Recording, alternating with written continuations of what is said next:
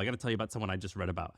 Have you ever even been to New York? Have you ever been to New York? Like Manhattan? Yes, I am. Yeah. Okay.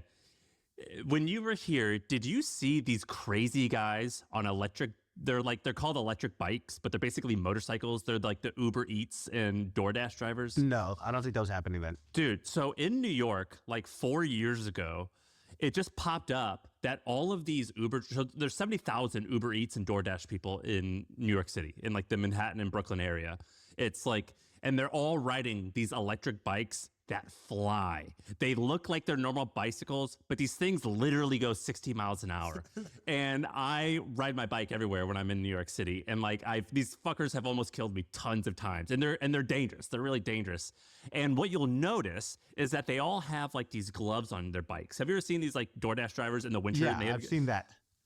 Well, they keep them there in the winter, in the summertime too.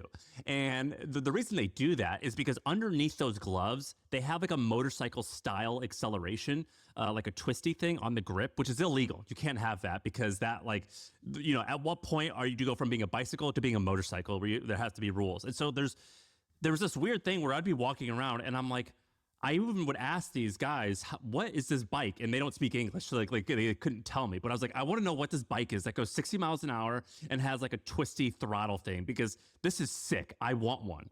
And so I started doing research around it, and I think I talked about it on the podcast. I couldn't find out what it was. Well, 2 or 3 days ago, an article came out, and it told the story about what this thing was, and it's pretty ridiculous. And so basically, there's a guy who comes from China. He's got a too hard of a name to pronounce, but his American name is Andy. He comes in 2011, and when he comes, he basically admits that he goes, I paid a guy 45 grand and he smuggled me in from Mexico. I came illegally. And then in this article, they even linked to a rap video that he did when he was broke and poor. And he was like, I decided to come to America to make it rich. That was like the Chinese lyrics of this video. Well, it turns out the first thing that he did was he noticed that there was all these Uber Eats like bike riders, and they get punished if they don't bring, or if they don't show up in time. Like if you don't deliver quickly, you get like docked, like you don't get the full rate. And so he starts importing, I think he borrowed 12 grand from someone, and he starts importing these electric bikes from China, and he opens up a shop. And one of these shops was right by my house where I used to stay in Brooklyn years ago. And I would always see these guys like they would kind of hang out outside the shop.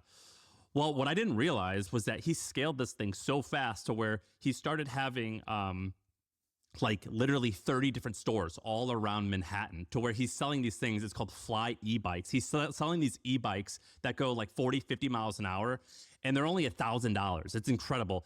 And they're incredibly illegal. Like they literally just don't follow any of the laws. But if you look at there's like when you order these bikes, there's like says something in the plate. It says like, there's literally like a metal plate, and it says like, this meets this USA standard, this and that.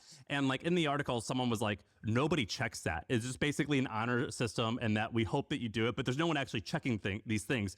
But the guy ends up, Andy, selling 70,000 bikes in 4 years. And a few months ago, I think it was in September, he had the audacity to take the company public.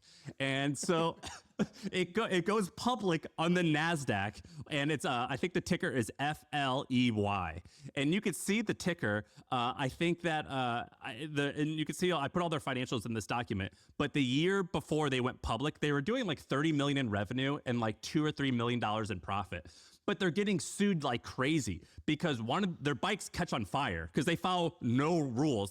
He basically admits that he's like, yeah, we're cowboys. We build first and we ask questions later. And so like homes have built down. People have actually died from the batteries being catching on fire in someone's apartment and burning the fucking apartment down. And they're getting sued. And one of the lawyers suing them, he's got this quote where he's like, dude, 6 years ago, these guys were busboys serving dishes or cleaning dishes in restaurants. Now they're running a publicly traded company. They know nothing about building bikes. They're just like getting the cheapest shit they can over here. And it's all true, by the way. They're insane. But I cannot believe they went public. And in like I went and watched, listen to this. I listened to one of their reports, or like when they were investors were interviewing the CEO Andy before he took it public, and they're like, why'd you decide to take it public? And he says he was inspired by the movie Wolf of Wall Street. and that's why he decided to take the company public. He says that in a YouTube video. In a YouTube video, he says, I decided to take it public because I saw Wolf of Wall Street. And so now, because of all these lawsuits and because the company is just like shit, like it's just like they're breaking so many laws, they just do whatever the hell they want, the stock has crashed. We need a spin-off pod of just absolutely renegade Chinese founders just doing things that we would never dream of. I would subscribe to that instantaneously. Well, he's like the real life Jin Yang from Silicon Valley, where like he's just sitting there smoking cigs, and like someone's like, you know, you really need safety stuff, and he's like, who says? Like, you know what I mean? Like he Yeah, it's like the says who? DeepSeek founder. Right now, the DeepSeek founder is getting a lot of pub for this same reason.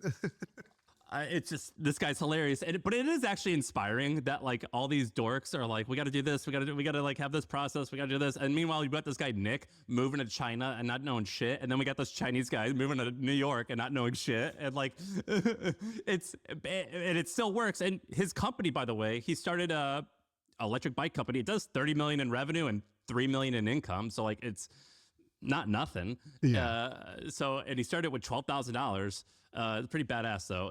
Besides the fact that it's, you know, like incredibly illegal and dangerous and people are dying. But besides that, it's like kind of an interesting story because I've always wondered where these freaking bikes have come from.